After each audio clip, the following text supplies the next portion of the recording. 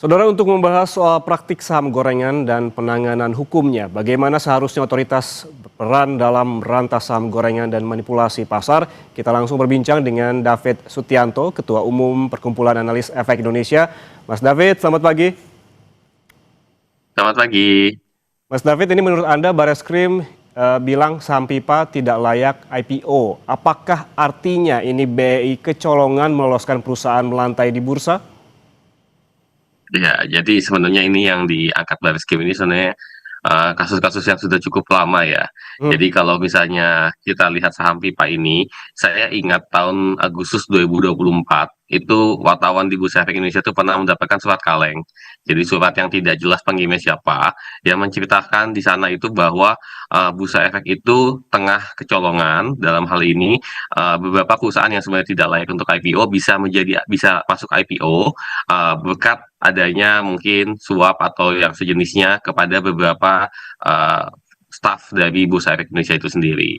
Dan waktu itu tidak lanjuti, konon yang bersangkutan sudah dinonaktifkan, sudah dipecat, dan ya tadi sudah pernah menjadi tersangka juga ya. Jadi di uh, kasus ini sebenarnya sudah kasus lama, kemudian diangkat lagi dan diperlebar, jadi sampai dari underwriter-nya dan lain sebagainya, kemudian dijadikan tersangka. Nah ini yang sebenarnya bukan sesuatu yang baru ya, jadi kalau Hmm. misalnya kita mendengar ini, Bursa juga sudah pernah melakukan evaluasi, dan ini merupakan kasus lama sebenarnya, bukan Oke. kasus yang baru sekarang ini. Oke, Anda menyebutkan tadi sempat mendapatkan surat kaleng, begitu ada beberapa emiten yang ditenggarai ini BI kecolongan terkait dengan IPO. Berarti artinya ada potensi eh, emiten-emiten lain yang akan terbongkar dong kalau begitu. Nah, ini yang sedang kita nantikan. Jadi waktu kasus itu merebak, sampai sekarang saya tidak tahu emitennya apa. Hmm. Cuman begitu kemarin Barreskrim akhirnya menggeledah dan juga itu akhirnya keluarlah nama emiten. Nah, di situ saya baru baru menyadari kalau jangan-jangan ini emiten yang disebut dari surat kaleng tahun 2024, karena pipa ini IPO tahun 2023. Jadi Hmm. suratnya itu keluar tahun 2024, ya pasti kan sudah kejadian ya. Sudah Hmm. kejadian baru ada surat kalengnya gitu. Jadi menurut dugaan saya, menurut keyakinan saya ya, ini mungkin kasus yang lama yang dulu pernah ramai juga di pasar modal gitu. Oke, kalau kita menarik ke bagaimana penggeledahan ini terjadi begitu dilakukan oleh Bareskrim yang menggeledah Sinhan Sekuritas soal saham gorengan. Secara mekanisme ini seharusnya bagaimana sih, Mas David? Ada investigasi dulu seharusnya dari OJK atau sebetulnya bisa seperti yang terjadi sekarang dilakukan langsung oleh Bareskrim Polri? Ya, sebenarnya semua kasus yang Barreskrim tangani saat ini ya, mulai dari terkait penggeledahan sisa sekuritas, kemudian kasusnya dari aset manajemen Minapadi, kemudian juga kasus aset manajemen Narada. Ketiga kasus ini sebenarnya sudah pernah ditangani oleh OJK harusnya. Jadi waktu itu dari Minapadi sendiri waktu itu sudah cukup banyak yang dilakukan. OJK akhirnya mencabut izin usaha Minapadi, masuk ke penyidikan pidana, dan kemudian ya kasusnya saya belum dengar lagi update seperti apa. Nah, ada juga sama kejadian tahun 2019, ada gagal bayar redemption, kemudian 2020 dicabut izin usahanya, kemudian 2021 sudah mulai ada gugatan hukum dan lain sebagainya dilakukan oleh OJK.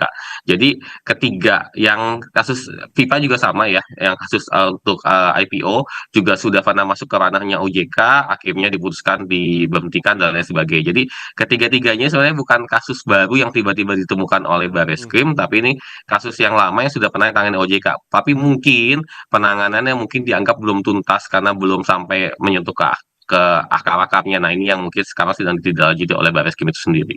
Oke, bukan kasus baru, tapi baru ditangani beberapa waktu lalu. Kalau kita melihat bahwa apa yang terjadi di Bursa Efek Indonesia, termasuk yang kemarin ada laporan dari MSCI, ada trading halt dan juga IHSG yang sempat terjun bebas begitu. Apakah artinya penggeledahan sekuritas ini dalam rangka untuk dalam tanda kutip ini merayu MSCI?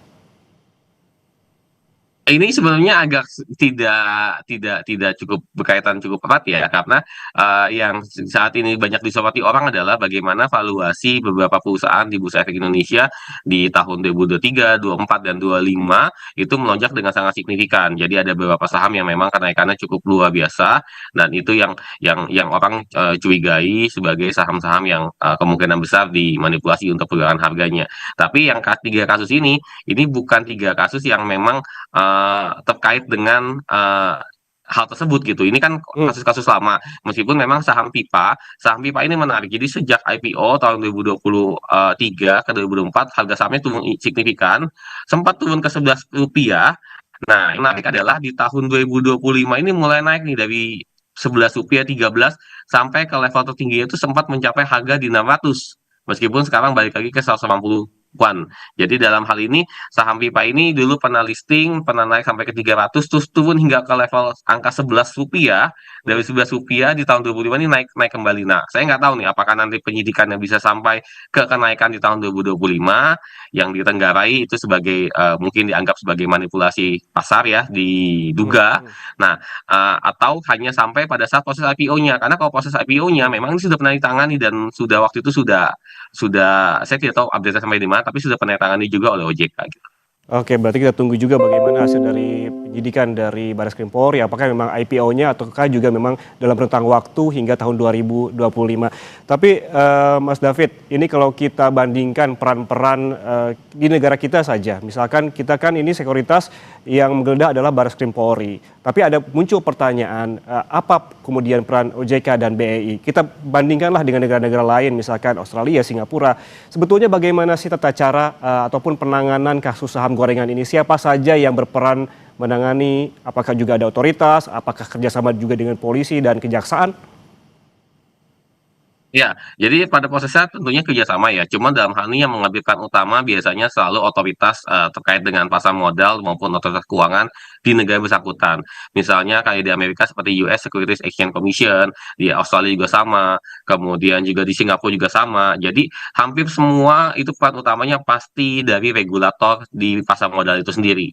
Jadi regulator pasar modal karena ini kan white collar crime. Jadi mereka yang nanti menentukan apakah ini memang ada motif, ada mens rea-nya kalau sekarang gitu karena kata-kata mens rea, ada Hmm. mens rea-nya atau Hmm. tidak untuk melakukan tindak kejahatan. Nah, nanti dari sana mereka kumpulkan bukti, mereka lakukan penyidikan, tentunya bekerja sama juga dengan aparat penegak hukum.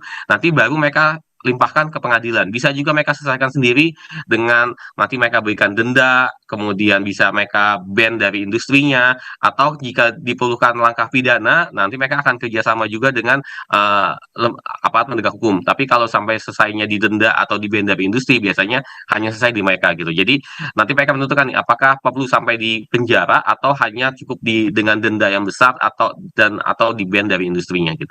Oke, kalau kita melihat peraturan dan juga perundang-undangan yang ada di Indonesia, apakah mekanisme yang sama juga bisa diterapkan atau seharusnya diterapkan di sini? Kalau berdasarkan Undang-Undang P2SK, memang dalam hal ini memang ada aparat dari kepolisian dan juga kejaksaan yang memang ditugaskan di otoritas jasa keuangan. Jadi dalam hal ini OJK ini memang di kerangka Undang-Undang P2SK sebagai single regulator yang terintegrasi, punya kewenangan yang diperluas dari sekedar penguasaan administratif menjadi investigasi, penyidikan, penindakan pidana, koordinasi dengan aparat penegak hukum sampai dengan perlindungan konsumen atau investor. Jadi dalam hal ini nanti OJK ini bisa tidak hanya dulu kan administratif hanya bisa kasih cabut izin dan denda, tapi dalam hal ini bisa menentukan apakah ini pidana atau tidak. Jadi dalam hal ini memang kewenangan OJK itu bisa sampai ke sana. Cuman memang mungkin dalam hal ini karena kewenangan ini tahun 2023 ya untuk dari sesi rules-nya dan kemudian juga ada beberapa hal yang ternyata dirasa belum cukup kuat. Jadi mungkin belum terlalu efektif dan efisien. Tapi kewenangan ini memang harusnya ada di OJK. Jadi OJK ini yang bisa memeriksa dokumen, melakukan audit, kemudian mereka yang juga bisa melihat dari kacamata helikopter view selaku pengawas juga apakah ini memang ada indikasi tindak pidananya atau tidak gitu. Jadi memang OJK bisa melakukan penyidikan, manggil saksi, sisa dokumen, sisa rekening, kemudian di dalamnya juga ada unsur kepolisian dan kejaksaan, sampai nanti melakukan penuntutan itu OJK yang bisa lakukan. Oke, kalau kita kembali lagi ke saham Pipa begitu, ini bisa juga sebagai edukasi buat bagi kita dan juga bagi masyarakat. Dalam kasus ini, Mas David, saham Pipa kan dianggap tidak memenuhi syarat IPO. Sebetulnya apa saja sih celah yang membuat sebuah emiten ataupun saham ini tak layak kemudian dimanipulasi seolah-olah bisa melantai? Ya, jadi memang tipikal-tipikal skema yang seperti ini itu memang skemanya itu inginnya nanti ujung-ujungnya pam emdam dan juga wasel. Jadi misalkan saya punya sebuah perusahaan, perusahaan ini katakanlah ya hanya perusahaan sekelas di ruko, kemudian punya aset sekian miliar, kemudian saya coba untuk IPO-kan. Supposed to be harusnya perusahaan yang di IPO-kan itu adalah perusahaan yang memiliki prospek yang jelas, Hmm, ke depannya bisa menguntungkan untuk investor dan lain sebagainya. Tapi kan punya saya kan tidak nih. Nah, tapi saya paksa untuk listing di bursa. Nah, biasanya tipikal perusahaan ini begitu nanti listing di bursa, meskipun asetnya kecil, nanti tiba-tiba harganya bisa naik signifikan. Dari misalkan waktu IPO harganya hanya Rp100, itu bisa naik, bisa sampai ke 600, bisa sampai ke 300 misalkan. Jadi naiknya berkali-kali lipat, bisa 3 kali sampai 10 kali lipat. Nah, begitu nanti naik, pelan-pelan nanti saya akan jual sahamnya. Begitu saya jual sahamnya, harga sahamnya akan turun. Nah, di sana saya akan mendapatkan keuntungan. Jadi memang skemanya ini untuk mendapatkan keuntungan gitu. Jadi, nah ini yang dalam beberapa waktu terakhir ditenggarai ya, diduga cukup banyak yang mode-mode seperti itu karena cukup banyak sekali emiten-emiten yang size-nya cukup kecil sebenarnya, tapi bisa listing di Bursa Efek Indonesia karena waktu itu Bursa Efek memang melonggarkan hmm, berbagai peraturan karena waktu itu mereka memang ingin mengejar jumlah. Jadi hmm. waktu itu KPI mereka itu target mereka itu adalah jumlah perusahaan yang IPO. Nah, ini yang akhirnya sedikit menurunkan kualitasnya ya. Jadi beberapa perusahaan yang mungkin kita debatable ini layak atau tidak bisa IPO menjadi Oke. bisa IPO. Oke, berarti banyak sekali celah yang memang harus diwaspadai baik oleh OJK dan juga BRI terkait dengan saham gorengan ini, terutama pada saat IPO. Terima kasih David Sutianto, Ketua Umum Perkumpulan Analis Efek Indonesia, atas waktunya bersama kami di Kompas Bisnis, Mas. Sehat selalu.